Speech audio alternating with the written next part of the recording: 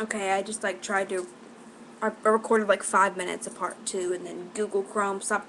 I hate Google Chrome. I'm about to stop using Google Chrome to going back to Firefox, but Firefox sucks too. Anyways, I can't even remember what I was saying at the end of my last video. Basically, what I said was I wanted to come up with a number, a milligram that I was comfortable with. You know, I didn't want to, uh, say I want to go down 5 milligrams a week and then um, have to constantly worry about when the withdrawal symptoms are going to kick in. But I also didn't want to go so slow, like 5 milligrams a month or something that I just became stagnate. So, me and my counselor came up with 2 milligrams a week. That's 4 milligrams every 2 weeks. I'm very comfortable with that. I'm not worried about, feeling withdrawal symptoms. I'm pretty sure the only thing I'm going to feel is just that really annoying, those hot, that getting hot. It's not exactly hot flashes. It's just like, I don't know. It's this intense heat. I guess it is hot flashes, but I mean, it's not like PMS hot flashes. It's different. Anyway, so yeah, I didn't want detoxing to be an issue of, that made me very anxious and completely started to control my life. I wanted it to be something that I could look forward to and not absolutely, just not, what's the word I'm looking for, dread. I didn't want it to be something where every Monday I came in and I'm like, oh God, I've got to go down 5 more. I didn't want it to be scary. So, anyway, next comment was also from TinkerBellJunkie on problems with my counselor at the methadone clinic, and she says, I agree. I think people who are at the clinic for Lortabs, Vicodin, Percocet, etc., it's just stupid. They don't even know what they've gotten themselves into. Coming off Lortabs and all that stuff is a cakewalk compared to coming off methadone. I don't think the clinic should allow people who are only taking Lortabs and Vicodin to join the clinic, but the clinic only cares... sorry. But the clinic only cares about one thing, and that's money. They really don't care about your well-being as long as they get their money and they're happy. And that's really true. It's a sad fact, but it's true. When I first started coming to the clinic, they were not government run. So they weren't a state organization. They were independently ran. And, they were still just as money hungry, but the process of getting in was a little bit tougher. They drug tested me to make sure that I was an addict, and I had to be in a state of withdrawal for them to accept me, and they had to have a letter of recommendation from somebody that could document your addiction and tell them how it's negatively affected your life. But about 6 or 7 months ago, a group called Behavioral Health Group took over, and it turns out that's a state-owned group, I guess. So now the clinic is a government institution, and now they don't screen anybody. They let anybody come in.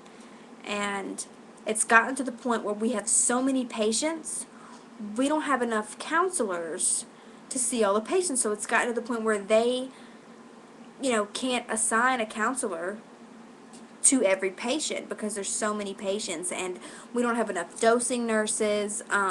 It's really just ridiculous, and there needs to be some stricter protocol on this because it's gotten completely out of hand. And also, like, if you make an appointment with your counselor and for some reason you can't make that appointment, most of the time you absolutely cannot reschedule because the counselors are so booked up.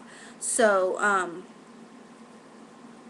then, you end up getting in trouble because you haven't met your quota for seeing your counselor that month. And it's ridiculous. And another thing is they used to be very lenient about pot and alcohol. Depending upon your counselor, you could have a dirty urine analysis for pot, and it really wouldn't be that big of a deal. And for alcohol, it definitely wouldn't be that big of a deal, depending upon how much was in your system. But now you can't have either. If you're at a phase 27, which means you hardly ever have to come to the clinic, you get a shit ton of take-homes, and you get a dirty UA for pot, you are down to phase 1, and you have to come every single day again. I was talking to one guy who lives like 2 hours away from the clinic. And he was up one night with his wife drinking a couple beers.